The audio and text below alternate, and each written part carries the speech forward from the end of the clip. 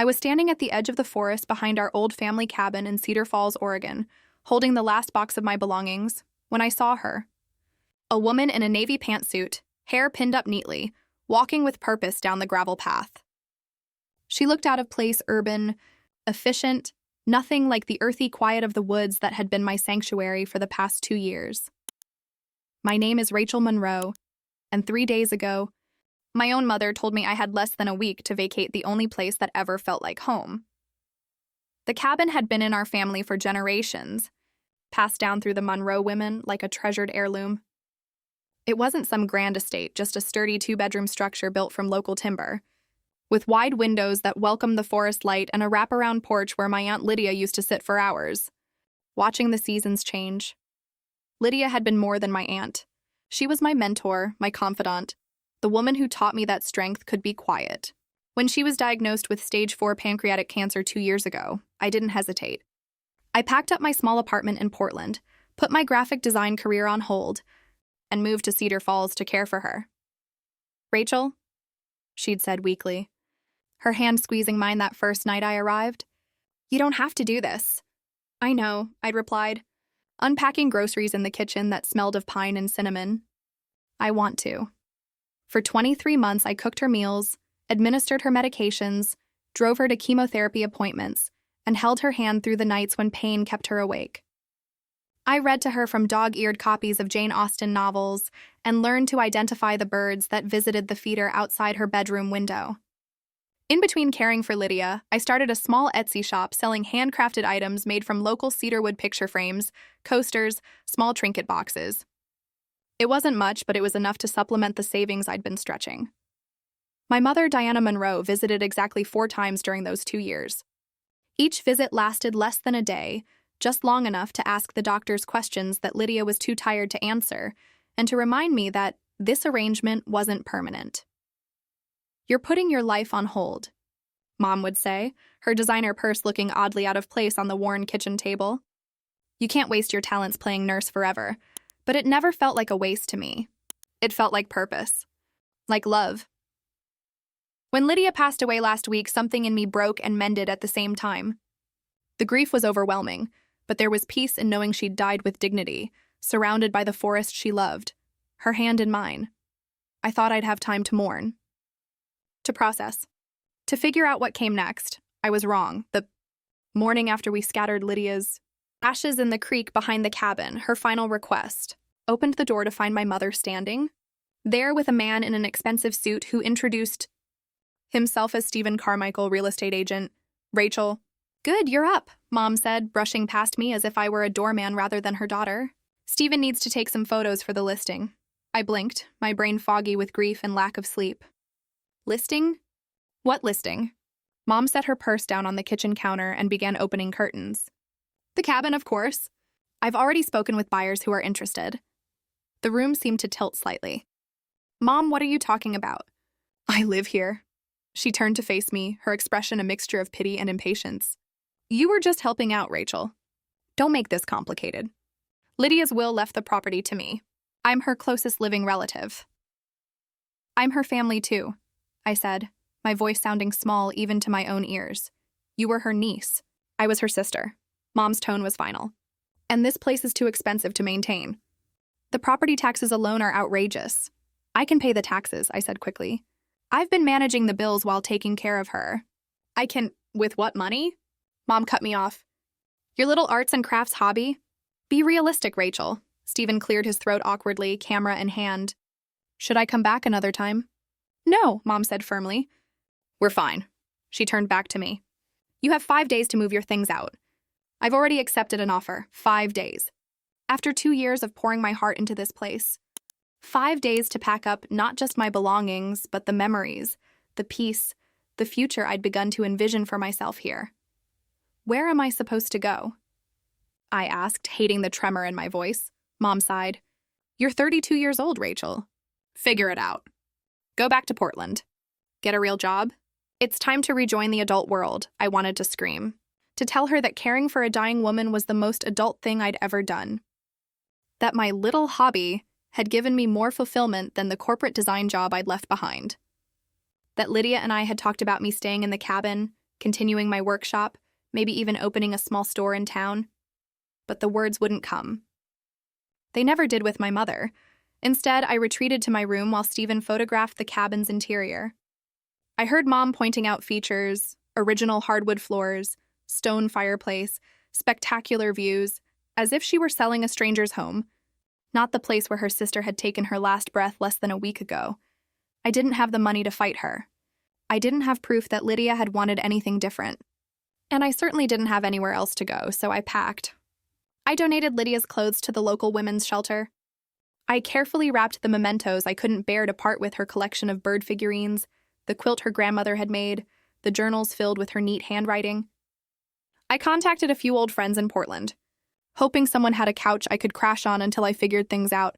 And each night, I sat on the porch swing, memorizing the way the moonlight filtered through the cedar trees, the sound of the creek babbling over smooth stones, the particular stillness that comes just before dawn in the forest. On the 5th day, I stood at the edge of the property with my last box, watching the woman in the navy pantsuit approach. I assumed she was from the real estate company, coming to make sure I was really leaving, but as she got closer, I noticed something different in her expression. Not impatience or professional detachment, but something more complex. Almost like recognition. "Are you Rachel Monroe?" she asked, her voice clear and steady. I nodded, shifting the box in my arms. She held out a manila envelope. "I'm Charlotte Holloway. My grandfather told me what you did at the funeral. He wanted you to have this." The funeral was held 3 days after Lydia passed away, in the little white church by the river where generations of Cedar Falls residents had said their goodbyes. I expected the ceremony to be sparsely attended. Lydia had been private by nature, and most of her colleagues from her law career had lost touch after she retired early to move to the cabin full-time. To my surprise, the pews were nearly full. Former clients, neighbors from town, even the man who delivered her groceries when the winter snow made the roads impassable, they all came to pay their respects. My mother sat in the front row, dressed in an impeccable black suit, accepting condolences with practiced grace. I sat beside her, numb and exhausted. My black dress borrowed from Lydia's closet because I hadn't packed formal wear when I moved to care for her. Pastor Miller spoke about Lydia's dedication to justice in her legal career, her quiet generosity to the community, her love of nature. He didn't mention her illness or the final difficult months. I was grateful for that. After the service, people gathered in the church basement for coffee and sandwiches prepared by the women's auxiliary. I moved through the crowd mechanically, accepting hugs and murmured sympathies, struggling to remember names and connections. That's when I first noticed him, an elderly man sitting alone at a corner table. He wore a charcoal suit that hung a bit too loosely on his thin frame, and his gnarled hands trembled slightly as he held a paper cup of coffee. There was something in his expression, a deep sadness that went beyond politeness or casual acquaintance, that made me pause. As the reception began to thin out, I saw him struggling to put on his overcoat by the stairs. Without thinking, I crossed the room to help him. "Here, let me," I said, holding the coat while he slipped his arms into the sleeves. "Thank you, dear," he said, his voice soft but clear. "These old fingers don't cooperate like they used to?" "Did you know my aunt well?" I asked, helping him straighten his collar. He smiled, a warm, genuine expression that transformed his weathered face. "I knew Lydia Monroe for 43 years. She was a remarkable woman." I was startled. Few people knew Lydia that long. "I'm Rachel, her niece." "James Holloway," he said, extending his hand. His grip was surprisingly firm. "Lydia was my attorney back when I was fighting the insurance company after the mill accident. Everyone else told me to take the settlement, but she believed me. Fought for me for 3 years." "That sounds like Aunt Lydia," I said, smiling despite the ache in my chest. "We stayed in touch after that," James continued. "Wrote letters even after email came along. She preferred the personal touch of handwriting," she said. Something in his tone made me look at him more closely. There was an intimacy in the way he spoke of Lydia that suggested more than just lawyer and client. "You came all this way for the funeral?" I asked gently. He nodded, his eyes glistening. "I wouldn't have missed it. Kindness like hers, you don't forget it."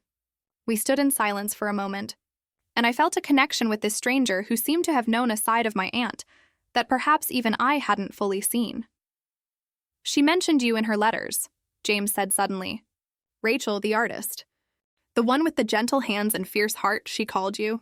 Tears sprang to my eyes. She said that? She was proud of you. For leaving the city. For coming to care for her when she needed you most. He reached into his coat pocket and withdrew a worn envelope. She gave me this about 3 months ago. Made me promise not to open it. Said to wait until after she was gone, and then to find you. My hands trembled as I accepted the envelope. My name was written on the front in Lydia's elegant script. I don't understand, I whispered. James patted my hand. Neither do I fully. But Lydia was always 10 steps ahead of everyone else. Said this envelope would find the right hands if I trusted my heart. Before I could respond, my mother appeared at my elbow, her smile tight and professional. Rachel. The pastor is looking for you to sign some papers, she said, barely glancing at James. And we need to get going soon if we're going to meet with the bank before they close. I introduced them quickly, but Mom was already turning away, her attention elsewhere. I apologized to James, promising to read the letter, and thanked him for coming. It was important, he said simply. Lydia deserved a proper goodbye.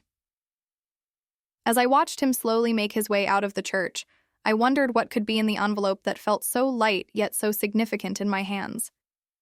But my mother was already calling for me again, and the moment slipped away in the crush of post-funeral logistics. That night, after Mom had gone back to her hotel in town, I sat on the porch swing with Lydia's envelope. The moon was nearly full, casting silver light across the yard. In the distance, an owl called softly.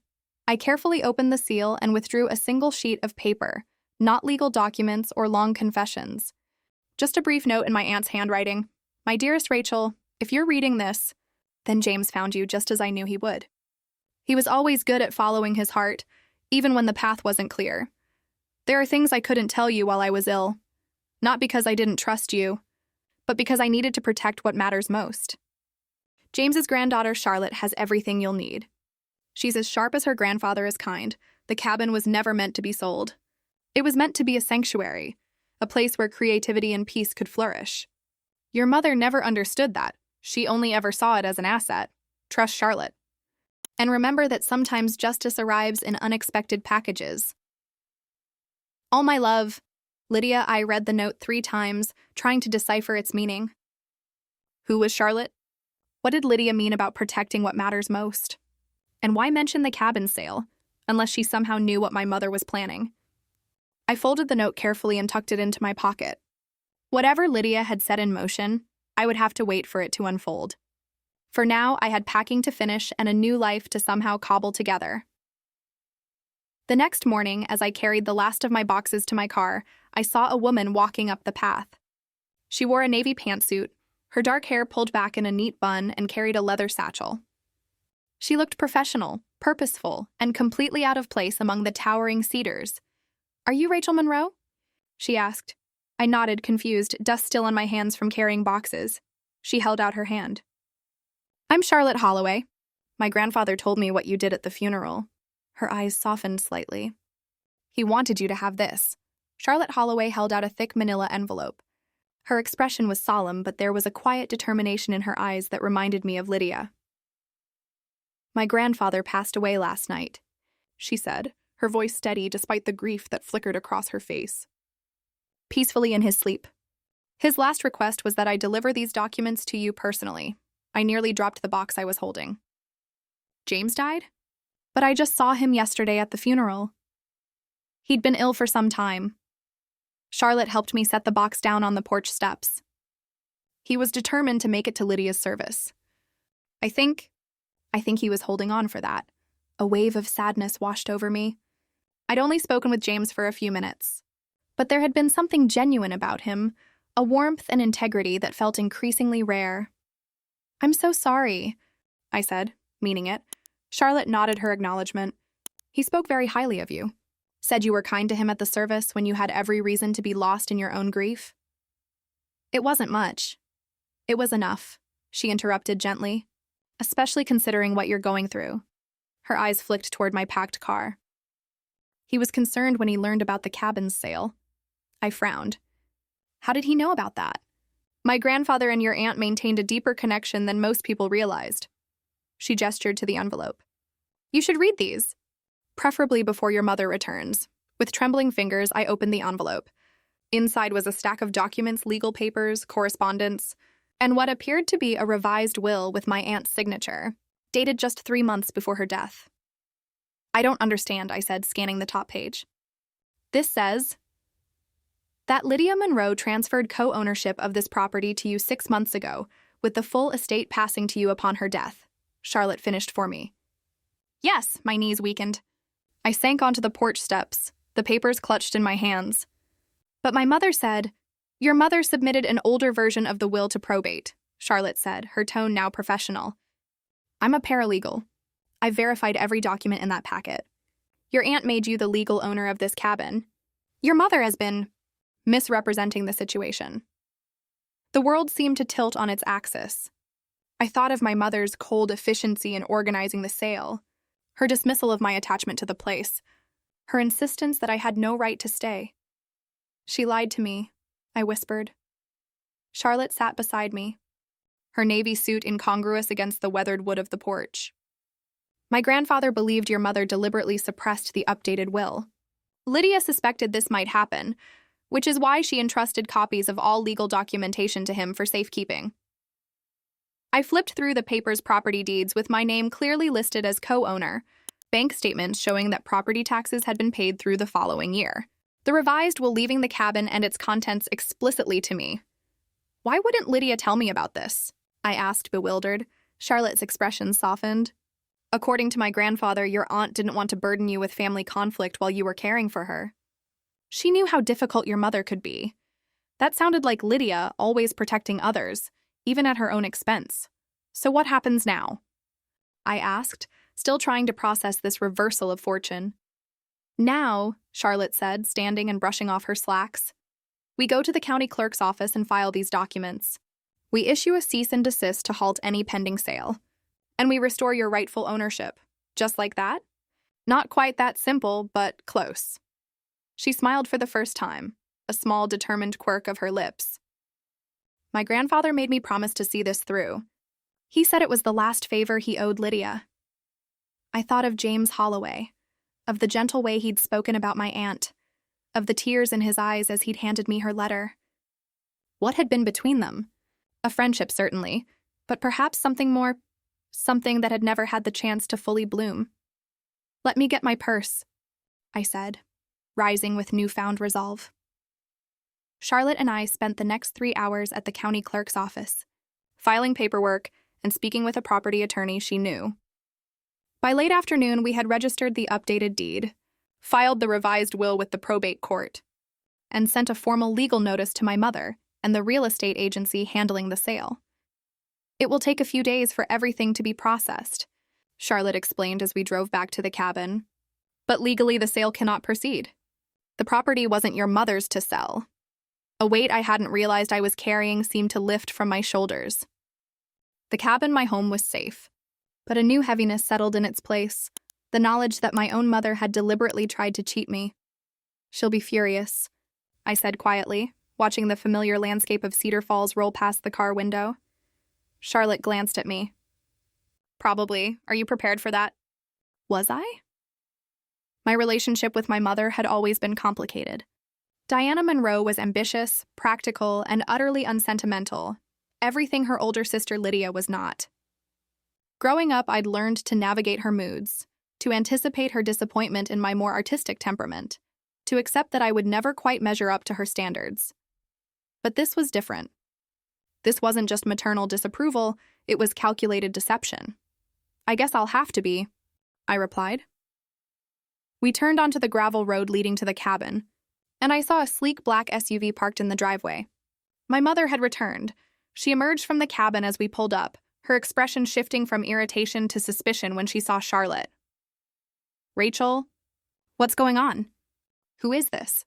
She approached as we got out of the car, her gaze fixed on the leather portfolio Charlotte carried. I took a deep breath. "Mom, this is Charlotte Holloway. She's a paralegal. She's been helping me file some important paperwork today." My mother's eyes narrowed. "What paperwork?" Charlotte stepped forward, professional and unruffled. "Ms. Monroe, I'm here representing Rachel's interests regarding the ownership of this property. We've filed the updated deed and will with the county clerk's office." A cease and desist order has been issued regarding the sale. What are you talking about? My mother's voice rose sharply. There is no updated deed. The cabin belonged to my sister, and as her next of kin— That's not accurate, Charlotte interrupted calmly. She opened her portfolio and extracted a copy of the property deed. Lydia Monroe transferred co-ownership to Rachel 6 months ago, with full ownership passing to her upon Lydia's death. We have the notarized documents right here. My mother snatched the paper, her face paling as she scanned it. This is absurd. I never saw this. Lydia would have told me, would she? I asked softly.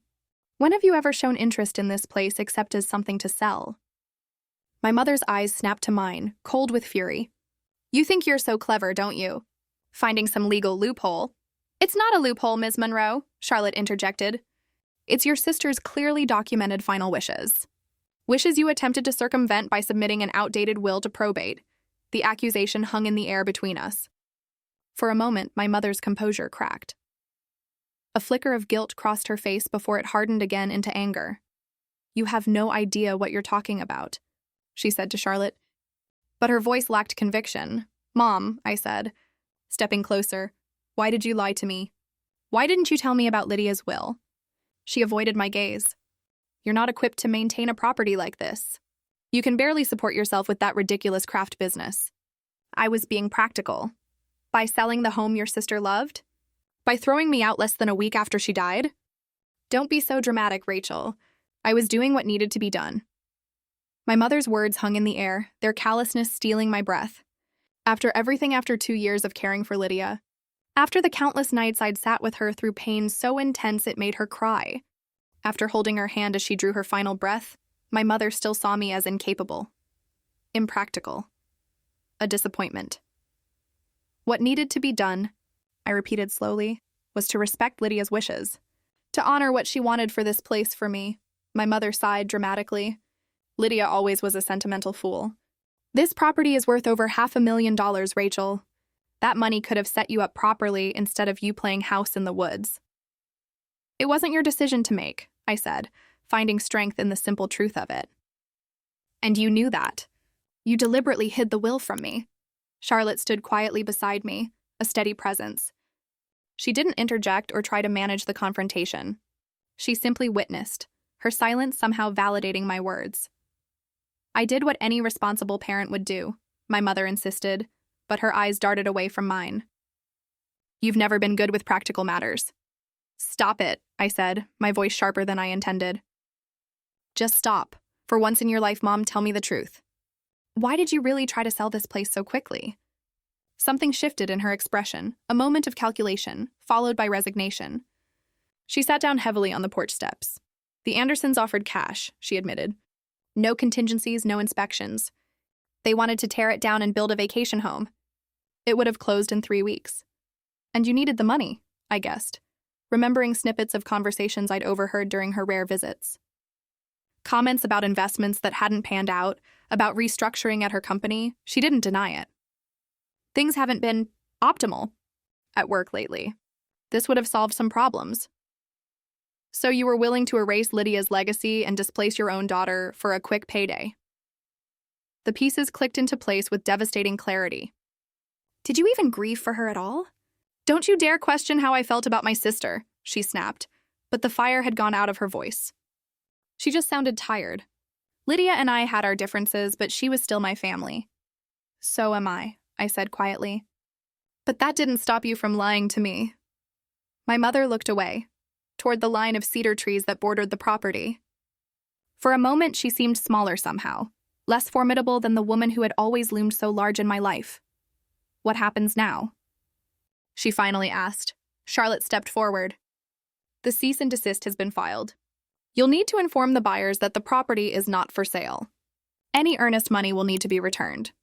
And, she added, her tone softening slightly, you'll need to respect that this cabin legally belongs to Rachel.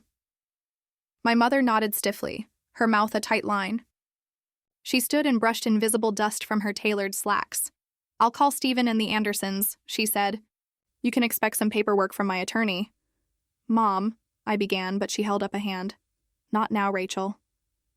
I need to process this.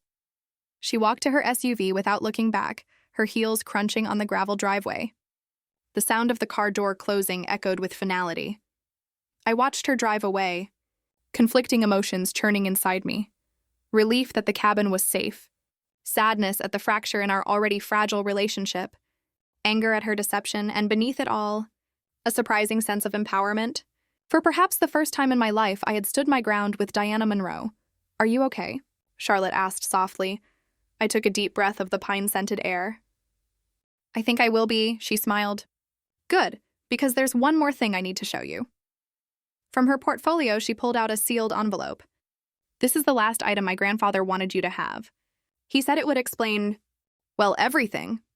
Inside was a bundle of letters tied with faded blue ribbon correspondence between James and Lydia spanning decades. I hesitated, feeling like an intruder into something private. "He wanted you to read them," Charlotte assured me. "He said they tell a story that belongs to you now." That evening, after Charlotte left with a promise to check in the next day, I sat on the porch swing with a cup of tea and began reading the letters. They told a story I'd never known of a young lawyer and her client, of a friendship that blossomed over shared values and quiet conversations, of two people who found in each other a kindred spirit. Some letters were mundane, discussing books they'd read or commenting on local news. Others were more profound, revealing vulnerabilities and dreams they perhaps shared with no one else. I learned that James had once asked Lydia to marry him, years after his case was settled. She had declined, gently, lovingly explaining that her independence meant too much to her. Yet they had remained connected, their bond deepening with time rather than fading. In her final letter to him, written just weeks before her death, Lydia had confided her concerns about my mother's intentions for the cabin. "I've made arrangements to protect Rachel's future here," she'd written. "But Diana is resourceful when money is involved. If anything seems amiss after I'm gone, your granddaughter's legal expertise might be needed. Rachel deserves this place. She's its true caretaker, though she doesn't know it yet." I wiped tears from my cheeks as I finished the last letter. All this time, Lydia had been protecting me, even as I thought I was protecting her. She had seen clearly what I couldn't, that my mother would try to take the cabin, that my future here mattered more than I'd allowed myself to admit. As twilight deepened into night, I unpacked a few essential items from my car. The cabin felt different now, truly mine in a way it hadn't before. Not just a sanctuary I'd borrowed, but a home I'd earned through love and care. I fell asleep that night to the familiar sounds of the forest, no longer counting the days until I would have to leave, but instead beginning to imagine what might be possible now that I could stay. The next morning I woke to knocking at the door. For a moment I tensed, expecting my mother's return.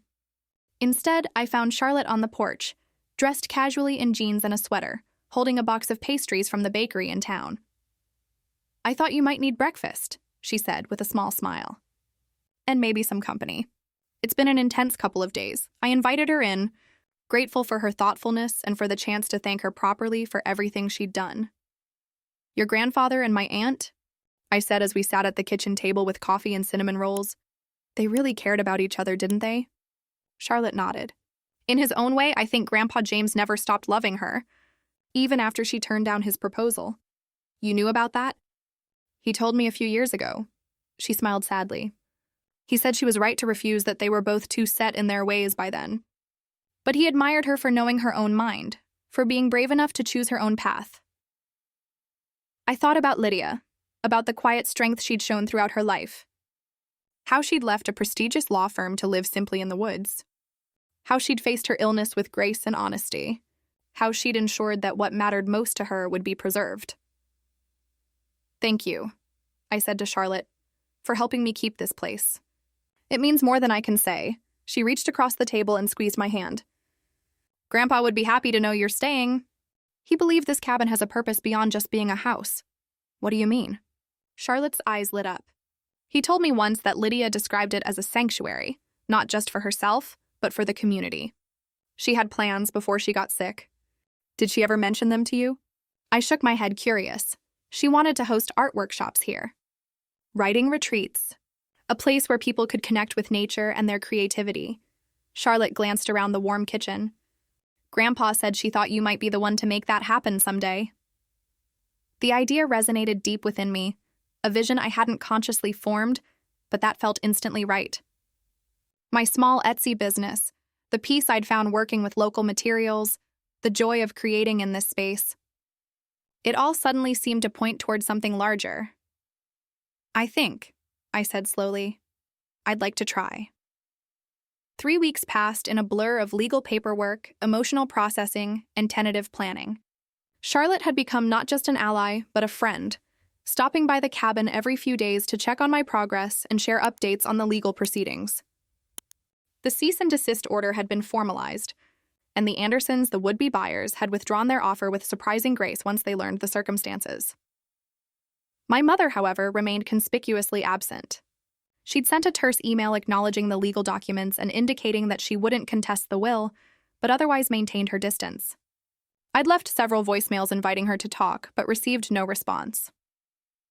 On this particular morning, I stood on the porch with a mug of coffee, watching the October mist rise from the forest floor. The maples were turning fiery red, and fallen leaves crunched underfoot, Lydia's favorite season. I'd been thinking about her constantly these past weeks, seeing the cabin through her eyes, understanding why she'd loved it so fiercely. The sound of tires on gravel interrupted my reverie. Charlotte's blue sedan appeared around the bend, followed by an unfamiliar truck. I set my coffee down, curious. "Morning," Charlotte called as she emerged from her car. She was dressed in work clothes, jeans, boots, and a flannel shirt, rather than her usual business attire. "Hope you don't mind company. I brought reinforcements." From the truck stepped a tall man with salt and pepper hair and a woman about my age with an artist's portfolio case. Charlotte introduced them as Martin Chen, a local contractor, and Eliza Watson, an art teacher from Cedar Falls High School. "I mentioned your ideas about art workshops," Charlotte explained, and these two were immediately interested. I invited everyone inside, slightly overwhelmed but touched by Charlotte's initiative. Around my kitchen table, the same worn oak surface where I'd sat with Lydia countless times, we began to talk possibilities. Martin assessed the cabin with a professional eye. "The structure is solid. If you wanted to convert the detached garage into a studio space, it wouldn't take much. Better insulation, some north-facing windows for the light. And the setting is perfect," Eliza added enthusiastically. "My students have nowhere to experience plein-air painting. The school's art budget was cut again this year." She glanced around the cabin. "What you're proposing could be transformative for the community." "I haven't exactly proposed anything concrete yet," I admitted. Charlotte smiled. "But you're thinking about it." I can tell she was right. Since our conversation about Lydia's original vision for the property, ideas had been taking shape in my mind. A place where creativity and nature could intersect, where people could find the same peace and inspiration that I had. "I'm just not sure how to start," I confessed. "I have some savings, but converting the garage would take more than I have right now." Martin nodded thoughtfully. "What if we started small? Community effort. I know a few folks who'd donate time. Materials at cost. And I could bring a student group to help," Eliza offered. "They need community service hours anyway. We could make it a project." Their enthusiasm was contagious. For the first time since Lydia's death, I felt a sense of possibility unfolding before me, not just personal survival, but something meaningful. Something that honored her legacy while creating something new. "There's something else you should know," Charlotte said, pulling a folder from her bag. "I've been doing some research. Did you know this property qualifies for heritage status? It's one of the original homesteads in the area. If designated, you'd be eligible for preservation grants." "Heritage status?" I echoed, surprised. "Lydia never mentioned that." "She might not have known," Charlotte replied. "But, according to county records, this cabin was built in 1892 by Abigail Monroe, who was apparently my great-great-grandmother," I finished, memories stirring. Lydia used to tell stories about her. She was a widow who raised 5 children here while running a small textile business. "Entrepreneurial spirit runs in the family," Charlotte observed with a smile. The conversation flowed for hours, possibilities expanding with each new idea shared. By the time Martin and Eliza left, promising to return the following weekend with preliminary plans, the nebulous dream had begun to take concrete form. Cedar Heart Arts Sanctuary. A place where the community could connect with nature, history, and creative expression. After they'd gone, Charlotte and I walked the property, imagining how different areas might be utilized. The clearing behind the garage could become an outdoor classroom. The path to the creek could feature local sculpture. The old tool shed might transform into a tiny writer's retreat. You know, Charlotte said as we stood by the creek where Lydia's ashes had been scattered. My grandfather would have loved this. He always said Lydia had a gift for seeing potential in things and people that others overlooked. I wish I could thank them both, I said softly. Charlotte smiled. I think you are thanking them by doing this. As dusk fell, we returned to the cabin. Charlotte hesitated by her car. There's one more thing, she said, reaching into her glove compartment. I found this when I was going through Grandpa's things. She handed me a small wooden box with intricate carvings. It has your name on it. Inside the box was a delicate silver pendant to cedar tree with tiny emerald chips for leaves and a note in James's shaky handwriting. For Rachel, Lydia wore this every day for 20 years. She would want you to have it now. May it remind you that deep roots weather any storm. I fastened the necklace around my throat, my fingers trembling slightly. Another piece of Lydia, another connection to her life and her love for this place. Thank you, I whispered to Charlotte. For everything. As her car disappeared down the driveway, I turned back to the cabin, my cabin now, truly and completely. In the gathering twilight, its windows glowed with warm light, welcoming and steadfast. For the first time since inheriting it, I allowed myself to fully embrace not just the responsibility of ownership, but the joy of it. That night, I dreamed of Lydia, not sick and frail as she'd been at the end, but vibrant and laughing, walking the forest paths with a tall, distinguished man I somehow knew was James. They moved through dappled sunlight, deep in conversation, occasionally glancing back as if to make sure I was following. I woke with tears on my cheeks, but peace in my heart. Whatever had existed between them, friendship, love, or something that defied simple categorization, it had created a ripple that continued to move outward, touching lives beyond their own, including mine. The next morning, I called my mother again. This time, I didn't leave a message. Instead, I sent a simple text. The cabin doors are always open to you. Mom. When you're ready to talk, I'm here. Then I turned my attention to the blank canvas before me. Not just the art project I'd begun the day before, but the larger canvas of possibility that was Cedar Heart Art Sanctuary. One brushstroke at a time, I would bring it to life. By mid-November, Cedar Heart Art Sanctuary was taking tangible shape. Martin and a crew of local volunteers had transformed the garage into a functional studio space with soaring north-facing windows and radiant floor heating. Eliza had brought her advanced art students for 3 weekend work sessions, during which they'd cleared trails, built rustic benches along the creek, and painted a vibrant mural on the studio's exterior wall. Word had spread through Cedar Falls, bringing unexpected support. The hardware store donated supplies. A retired potter offered her wheel and kiln. The local newspaper ran a feature about the Monroe Cabin's new chapter, complete with photos of community members working together on the renovation.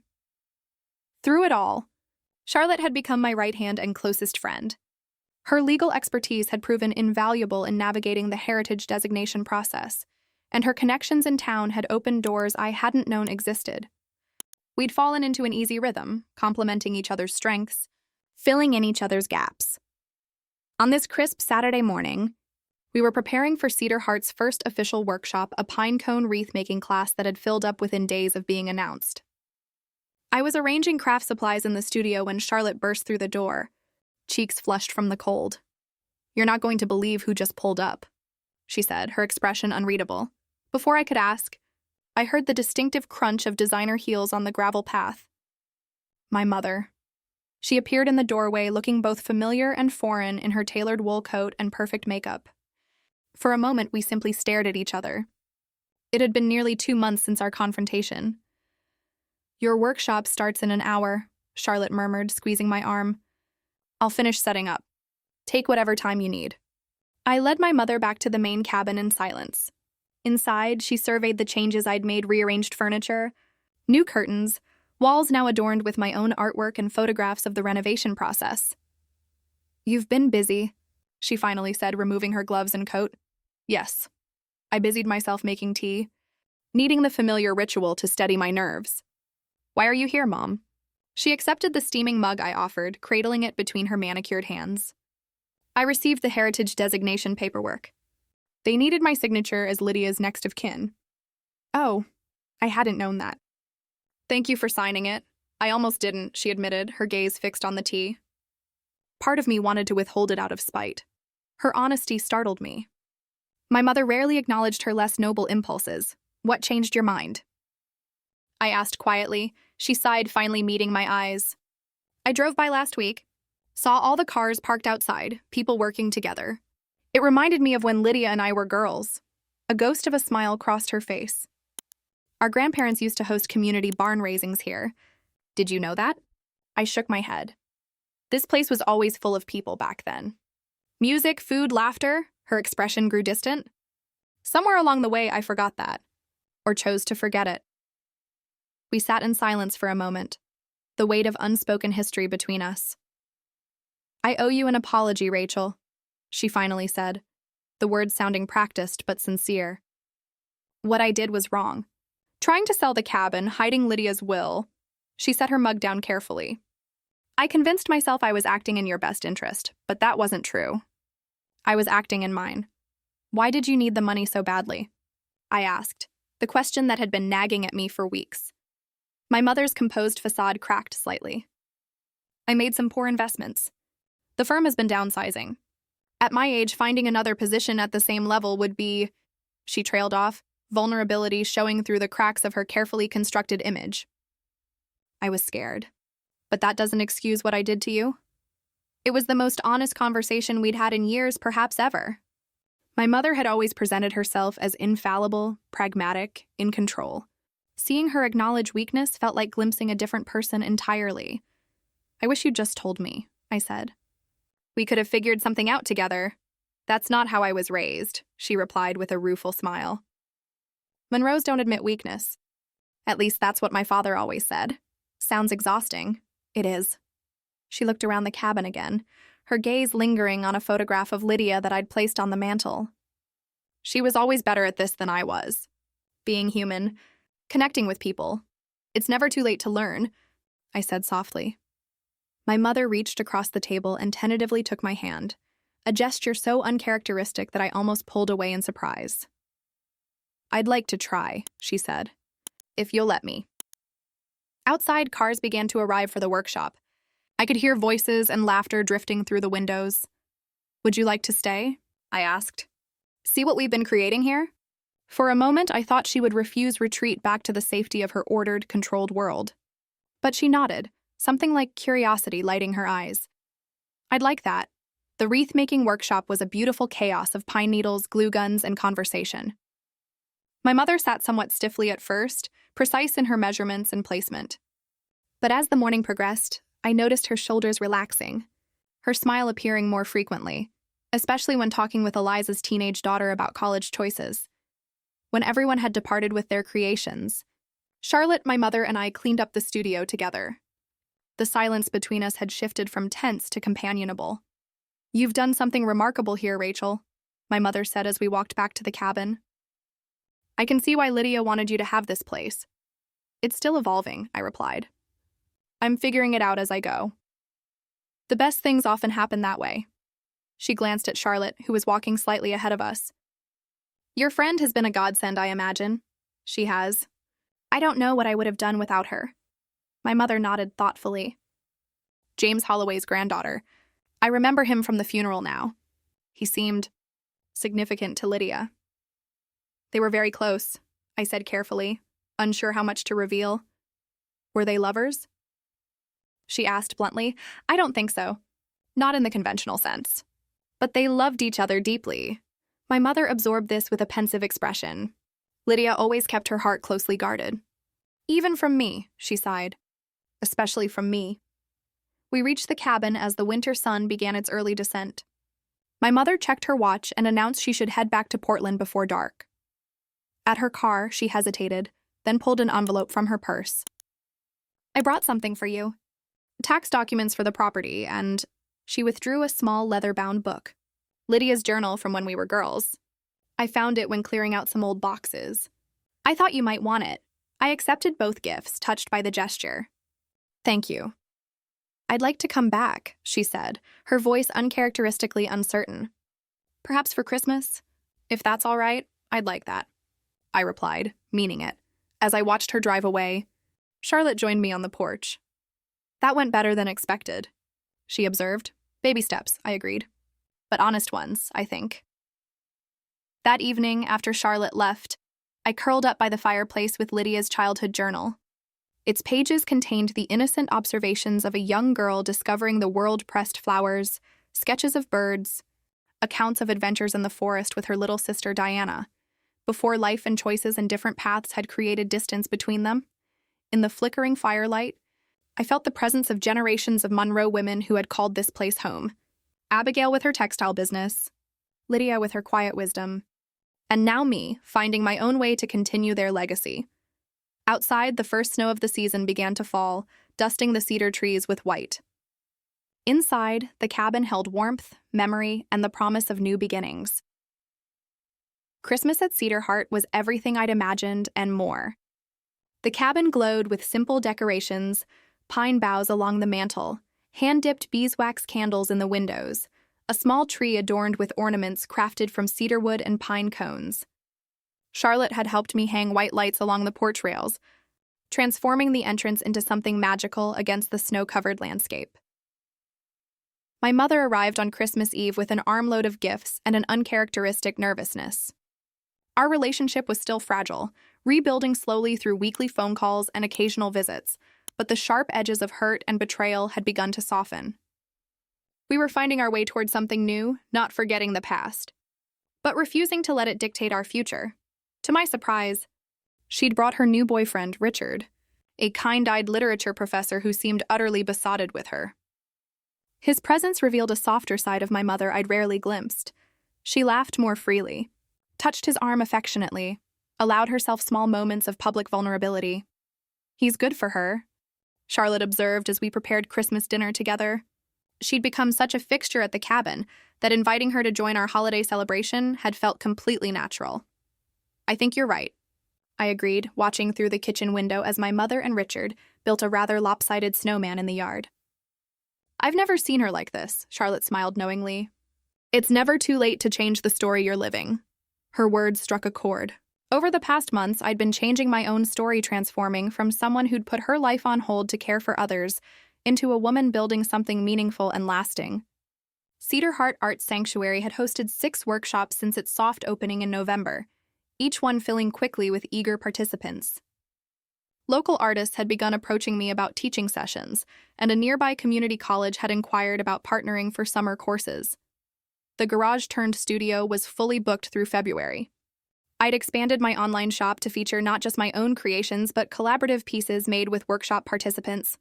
And I'd finally begun the memoir Lydia had always encouraged me to write, a project that felt increasingly urgent as I uncovered more family history through her journals and letters. "Earth to Rachel," Charlotte teased, waving a hand before my face. "The potatoes are going to boil over." I laughed and turned my attention back to dinner preparations. "Sorry, just thinking about how much has changed in a few months." "Good changes," she affirmed, bumping my shoulder affectionately with hers. That evening, gathered around the dining table with my small chosen family, I felt a sense of rightness that transcended the holiday itself. The cabin seemed to hold us in its warm embrace, the sturdy walls that had witnessed generations of Monroe family gatherings continuing their silent vigil as we created new memories within them. After dinner, as we sipped hot chocolate by the fire, my mother surprised me by raising her mug in a toast. "To Lydia," she said, her voice steady but tinged with emotion, "who always knew exactly what she was doing, even when the rest of us were clueless." "To Lydia," we echoed. "And to James," Charlotte added softly, "who kept his promises until the very end."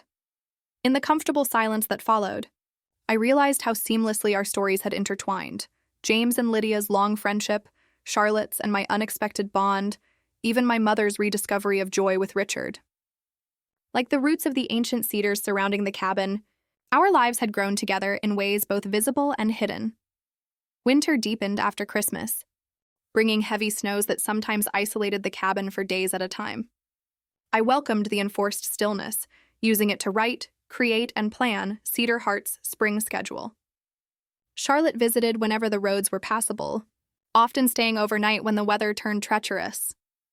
It was during one such overnight stay, with a January blizzard howling outside, that she shared a revelation. "I found something else in Grandpa's papers," she said, curled in an armchair with a quilt around her shoulders. "Letters from my grandmother." I looked up from my knitting, surprised. "I thought your grandmother died when you were very young." "She did. I was only 4. Charlotte's expression was contemplative. "But she wrote to Grandpa every week when they were courting, and he kept every letter. I never read them before, it felt too private somehow." "What changed?" She met my gaze, something vulnerable in her eyes. "Watching you create this place, seeing how you've honored Lydia's memory without being constrained by it. It made me curious about my own history." I waited, sensing there was more. "The letters are beautiful," Charlotte continued. "My grandmother was a poet, published a few small collections before she got sick. And reading them, I realized something about Grandpa and Lydia's relationship." "What's that?" "He loved them both, completely, differently." She traced the pattern on the quilt. "He wasn't settling when he married my grandmother. And he wasn't betraying her memory by caring for Lydia later in life. His heart was big enough for both loves. The revelation hung between us, significant in ways neither of us fully articulated." "I think that's beautiful," I said finally. Charlotte nodded, her gaze drifting to the window where snow swirled in the darkness. "Me too. It's made me think about my own life, the stories I tell myself about what's possible." Something shifted in the atmosphere between us, a current of unspoken possibility that had been building slowly over months of shared work. "Laughter and purpose." "Charlotte," I began, unsure what I wanted to say, but feeling the importance of the moment. The lights flickered and went out, plunging the cabin into darkness. "Power's gone," I sighed, the moment broken. "I'll get the lanterns." By candlelight, we moved about the cabin, adding logs to the fire, layering extra blankets on the beds, securing the shutters against the storm. The practical tasks grounded us, returning our interaction to familiar territory. Later, as we sat before the fireplace drinking tea, Charlotte spoke again. "I've been offered a job in Seattle," she said quietly. "A major law firm. Environmental law division." My heart stuttered. That's wonderful. When would you start?" "March, if I accept." "If." She turned to face me fully, her features softened by firelight. "I'm not sure I want to leave Cedar Falls, leave this." Her gesture encompassed the cabin, Cedar Heart, perhaps more. "It's an amazing opportunity," I said, though the words felt hollow. The thought of continuing without Charlotte's steady presence, her practical wisdom, her quiet laugh that had become the soundtrack to my days, created an ache I wasn't prepared for. "It is," she agreed. "But so is this." We sat in silence, watching flames dance over cedar logs, each lost in private thoughts as the storm raged outside. Eventually, Charlotte bid me goodnight and retreated to the guest room that had, over time, accumulated small touches of her presence: a favorite mug on the nightstand, a throw pillow she'd embroidered, books she was reading stacked by the bed. Sleep eluded me that night. I lay awake listening to the wind, thinking about paths taken and not taken, about how the most significant turns in life often happen without fanfare. Lydia choosing the cabin over a prestigious law career. James honoring his marriage while nurturing a profound friendship. My mother finding love again after years of independence. And now Charlotte, weighing Seattle against Cedar Falls, weighing ambition against connection. Morning arrived with brilliant sunshine that turned the snow-covered landscape into a sea of diamonds. The power remained out, but the storm had passed. We made breakfast on the wood stove, talking about everything except her job offer. As Charlotte prepared to leave, navigating the newly plowed road, she paused at her car. "I have 2 weeks to give them my answer," she said. "I'd like to talk more before I decide." "I'd like that too," I replied. Hugging her goodbye, after she drove away, I stood on the porch for a long time, watching sunlight sparkle on snow, feeling the weight of unspoken words and the promise of conversations yet to come. That afternoon, I sat at Lydia's old desk and began a new chapter of my memoir. Words flowed easily, crystallized by the clarity that sometimes comes after a night of wakeful contemplation. Sometimes love arrives disguised as friendship. Sometimes purpose masquerades as coincidence. And sometimes, the path forward becomes clear only when we stop searching for it and simply open our eyes to what has been beside us all along. Spring came to Cedar Falls in a rush of green, transforming the forest almost overnight. Tiny wildflowers pushed through the last patches of snow, and birdsong filled the mornings with jubilant chorus. Cedar Heart Art Sanctuary bloomed alongside nature workshops now ran 3 times weekly. A small gallery space had been added to showcase local artists, and the heritage designation had brought both grant funding and historical interest to the property. On this particular April morning, I stood in the center of what had once been Lydia's vegetable garden, now expanded and reimagined as a community growing space. Charlotte knelt nearby, planting seedlings with meticulous care. She had given the Seattle firm her answer 2 months ago, choosing to stay in Cedar Falls and partner with a small local practice specializing in environmental and property law. We hadn't put words to the change in our relationship, the subtle shift from friendship to something deeper, but we both recognized it. It existed in lingering touches, in the way our eyes met across rooms, in Charlotte's increasing presence at the cabin. Neither of us rushed to define it, content to let it unfold naturally, organically, like the garden taking shape under our hands. The art therapy group arrives at 11, Charlotte reminded me, brushing soil from her knees as she stood. And your mother called to say she and Richard will be here around 2. I nodded, checking the time. Perfect. That gives us a couple of hours to finish setting up. Today marked 1 year since Lydia's passing, a milestone I'd chosen to commemorate, not with somber remembrance but with celebration and community. Cedar Heart would host an open house, showcasing the work of artists who'd taught or participated in workshops, offering tours of the heritage property, and unveiling the memorial bench we'd placed by Lydia's favorite spot near the creek. As Charlotte headed to the studio to arrange final details, I took a moment alone in the garden. The pendant James had given me, Lydia's silver cedar tree, hung warm against my skin. I touched it lightly, a habit I'd developed over months of wearing it daily. I think you'd be proud, I whispered to the spring air, of what this place has become, of what I've become. A gentle breeze rustled through the cedars, carrying the scent of earth and growth. By noon, Cedar Heart was filled with visitors, artists, community members, friends new and old. The studio buzzed with conversation as people admired displayed artwork and exchanged stories. In the cabin, a local historian gave talks about Abigail Monroe and the property's significance to Cedar Falls development. On the porch, children participated in nature-based craft activities. My mother arrived precisely at 2, elegant as always, but softer somehow, her arm linked with Richard's. She'd retired from her corporate position last month, starting a small consulting business that allowed her more flexibility and less stress. The change suited her. There was color in her cheeks, ease in her movements. "This is extraordinary, Rachel," she said, surveying the thriving activity around us. "You've created something truly special here." "We all have," I corrected gently. "It's been a community effort." She smiled, acknowledging the truth of this. "Lydia would have loved it." "I think she does," I replied, in her way. At 3 o'clock, I gathered everyone near the creek for the bench dedication. Standing before the assembled crowd, faces familiar and new, all connected through their relationship to Cedar Heart. I felt a wave of gratitude so intense it momentarily robbed me of speech. Charlotte moved to stand beside me, her quiet presence steadying as always. "A year ago," I began finally, "this place was a private sanctuary for one remarkable woman. Today, it's a sanctuary for all of us, a place to create, to connect, to remember who we are and what matters most." I gestured to the simple wooden bench, crafted by Martin from a fallen cedar tree. Inlaid in the backrest was a small bronze plaque, in memory of Lydia Monroe and James Holloway, whose friendship planted the seeds for this sanctuary. "May all who rest here find peace, inspiration, and the courage to grow."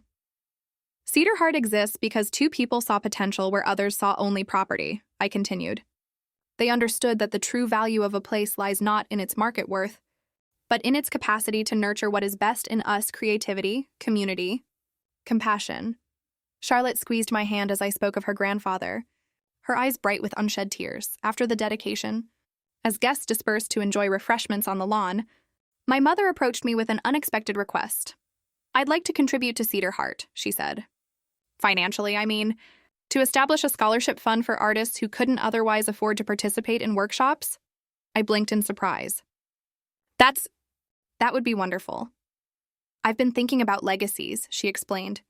about what Lydia created here and what you're continuing. I'd like to be part of it in my own way. Her eyes held a vulnerability I was still getting used to seeing. I spent so many years focused on accumulating wealth that I forgot what wealth is for. But you and Lydia, you both remembered. I hugged her then, this complicated woman who had hurt me deeply and was now trying, in her imperfect way, to make amends. Not with grand gestures or dramatic apologies, but with small, consistent efforts to understand and support the life I'd chosen. As evening approached and the crowd thinned, Charlotte and I walked the property together, collecting discarded cups, straightening chairs, basking in the satisfied exhaustion that follows a successful event. I found something in the studio, she said, reaching into her pocket. Someone must have left it behind. She handed me a small wooden box, intricately carved with cedar branches, nearly identical to the one in which James had left Lydia's pendant.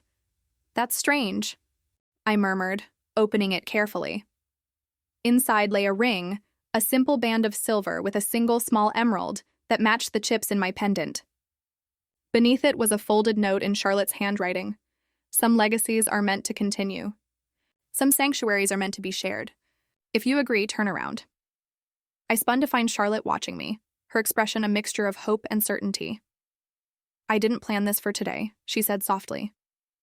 But then I saw everyone gathered here, celebrating what you've created, what we've built together, and it felt right. She took a deep breath. I love you, Rachel. I love the life we've been building. And I'd like to make it official, not just as business partners or friends, but as family. The word family resonated deeply. For so long, family had been complicated, defined by obligation, expectations, disappointments. But here at Cedar Heart, I'd discovered a different kind of family, one built on choice. Mutual respect, shared purpose. Yes, I said simply, my heart too full for elaborate speeches. Charlotte slipped the ring onto my finger, and we stood together in the fading light, surrounded by the cedars that had witnessed generations of Monroe women creating lives on their own terms. Later that night, after all the guests had departed, we sat on the porch swing watching stars appear one by one in the darkening sky. The cabin behind us glowed with warmth and history. The forest around us rustled with life and possibility. Do you ever wonder, Charlotte asked, her head resting against my shoulder, if your aunt somehow planned all this? You and me, Cedar Heart, becoming a sanctuary for the community? I smiled, remembering Lydia's final letter. Sometimes justice arrives in unexpected packages. I think Lydia understood something I'm only beginning to grasp, I replied. That when you plant seeds with love and intention, you can never fully predict what will grow, but you can trust that it will be exactly what's meant to bloom. Charlotte's hand found mine, our fingers intertwining like roots beneath the forest floor. Above us, branches swayed against the night sky, ancient cedars standing witness to endings that become beginnings, to circles that continue unbroken. In that moment, I felt the presence of all who had come before Abigail with her loom, Lydia with her legal briefs, James with his quiet devotion. Their stories lived on in the walls around us, in the land beneath our feet. In the sanctuary, we continued to build together. The cabin that my mother had tried to sell, that I had fought to keep, had become something beyond property or possession. It had become a legacy, a purpose, a home in the deepest sense of the word, and I, who had once felt displaced and disconnected, had found my place in the continuing story, not just as its caretaker, but as its next chapter. Kindness leaves a trail deeper than betrayal ever could. My mother tried to take the house I had built my life around, but one act of compassion at a funeral brought me the justice, peace, and family I never thought I'd find. Sometimes we don't have to fight to win. Sometimes we just have to do what's right, and the truth finds its way back to us.